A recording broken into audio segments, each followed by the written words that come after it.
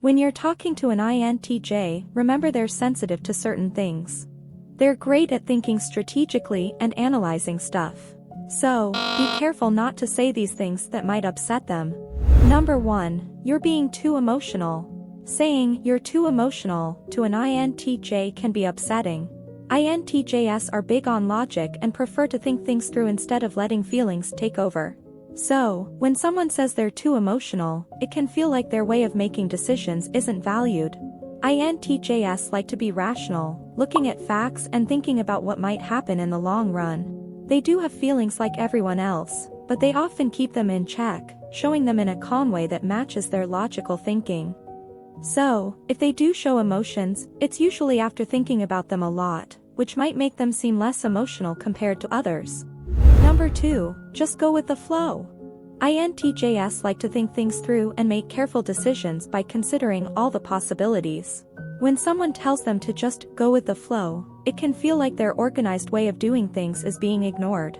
INTJs feel better when they're in control and can plan for what's coming.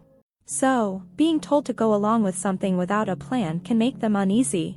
Plus, it goes against their desire to be efficient and make the most of their time. They prefer activities that help them reach their goals, so being told to go with the flow might seem like a waste of their energy on something unplanned. Number 3, you need to socialize more. INTJs like to choose their friends wisely, preferring deep conversations over small talk. They enjoy connecting with people who share their interests and can challenge their thinking. So, being told to socialize more might not fit their preference for meaningful interactions. INTJs also need alone time to recharge their mental batteries. Too much socializing can tire them out and make them less productive. However, some INTJs see the value in socializing occasionally for networking or personal growth. It's all about finding a balance that works for them. Number 4, it's not worth overthinking.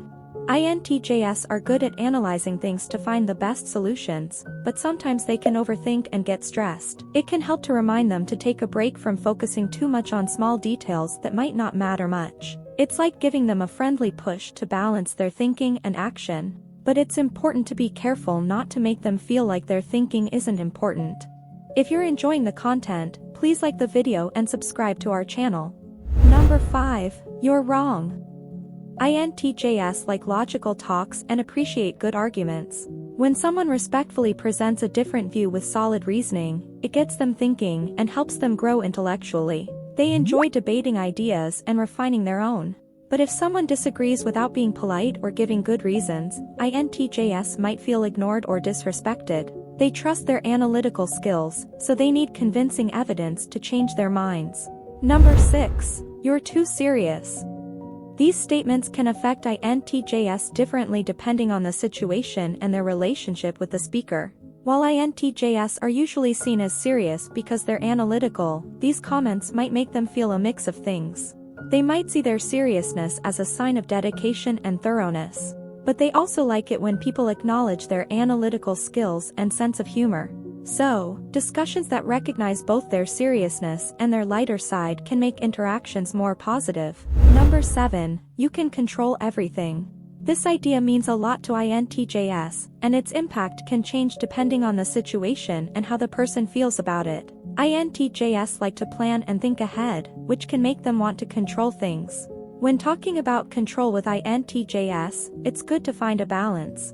Instead of ignoring their need for control, it's better to see it as a useful skill that they can use when they need to. Also, it's important to show them the importance of being flexible and accepting what they can't control. This helps INTJs find a middle ground that works for them.